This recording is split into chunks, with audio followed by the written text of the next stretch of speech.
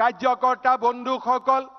1 লাখ যুৱক যুৱতীক নিযুক্তিৰ আমি প্ৰতিশ্ৰুতি দিছিলোঁ 38,983 গৰাকী যুৱক যুৱতীক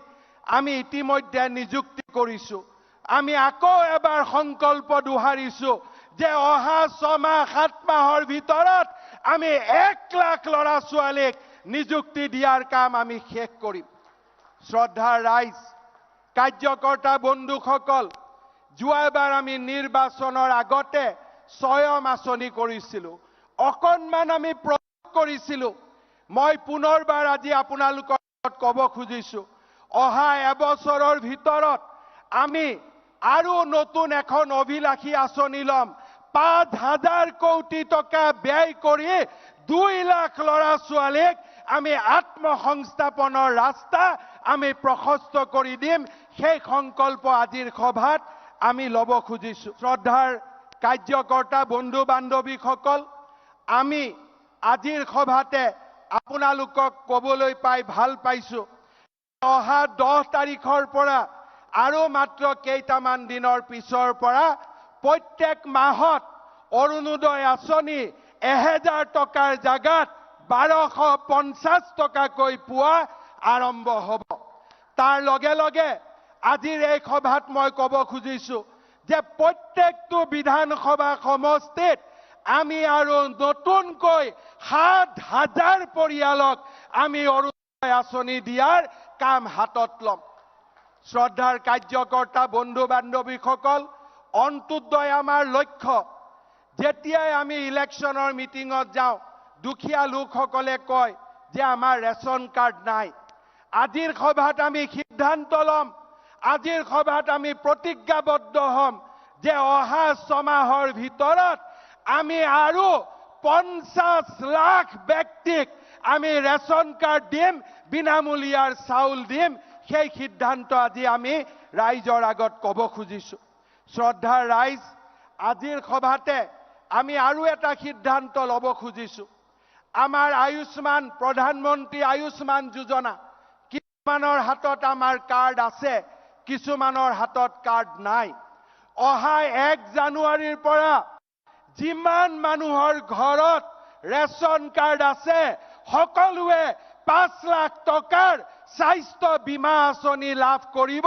সেই কথাও আজিৰ সভাতে আমি ক'ব ৰাইজ চৰকাৰ কাৰ্যকৰ্তা বন্ধু বান্ধৱীসকল অন্তোদয় আমাৰ লক্ষ্য সকলো পৰিয়ালত বিনামূলীয়া চাউল পাব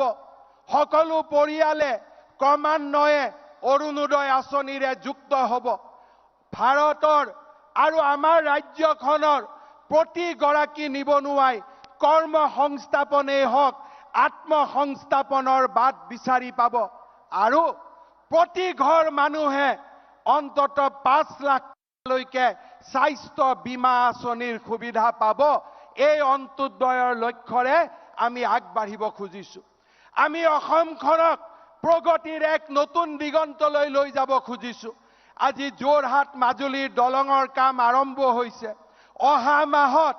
আমি মাজুলীক লখিমপুৰৰ সৈতে সংযোগ কৰিবলৈ লুইত খাবলৰ ওপৰত দ্বিতীয়খন দলঙৰ কামো আমি নিৰ্মাণৰ কাম হাতত ল'ম আজিৰ সভাতে আমি ক'ব বিচাৰিছোঁ অহা এবছৰৰ ভিতৰত নাৰেংগী কুৰুৱাৰ দলঙৰো কাম আমি আৰম্ভ কৰিব বিচাৰিছোঁ আজি আমি গুৱাহাটীৰ শৰাইঘাটত বগীবিলৰ দৰে ৰেল আৰু ৰাস্তা দুইটাৰে আৰু এখন দুখলপীয়া দলং 1000 কোটি টকা ব্যয়েৰে আমি বনাবলৈ সিদ্ধান্ত গ্ৰহণ কৰিছোঁ বগীবিল শদিয়াৰ ঢলা শেষ হৈ যোৱাৰ পিছত কলিয়া ভুমুৰাৰ দ্বিতীয় দলঙৰ নিৰ্মাণৰ কাম শেষ হ'ল এতিয়া আমাৰ লক্ষ্য জামুগুৰিৰ পৰা কলিয়াবৰলৈ সুৰংগৰ তলেদি ব্ৰহ্মপুত্ৰৰ ওপৰত টানেল সৃষ্টি কৰা আৰু কাজিৰঙাৰ ওপৰত 32 কিলোমিটাৰৰ এলিভেটেড ৰোড কৰিডৰ নিৰ্মাণ কৰা পলাশবাৰী শুৱালকুছিৰ মাজত দ্বিতীয় দলং আৰু গুৱাহাটী উত্তৰ গুৱাহাটীৰ মাজত দলঙৰ কাম নিৰ্মাণ শেষ কৰা অসমৰ প্ৰতিখন উচ্চ মাধ্যমিক বিদ্যালয়লৈকে আমি 3 কোটি টকাকৈ আমি অনুদানেৰে অসমৰ প্ৰত্যেকখন হাইস্কুলক এখন আদৰ্শ হাইস্কুললৈ ৰূপান্তৰ কৰা শিক্ষা স্বাস্থ্য দৰিদ্ৰতা দূৰীকৰণ বা নিবনুৱাৰ কৰ্ম সংস্থাপন আমি প্ৰতিটো দিশতে আগুৱাই যাব খুজিছো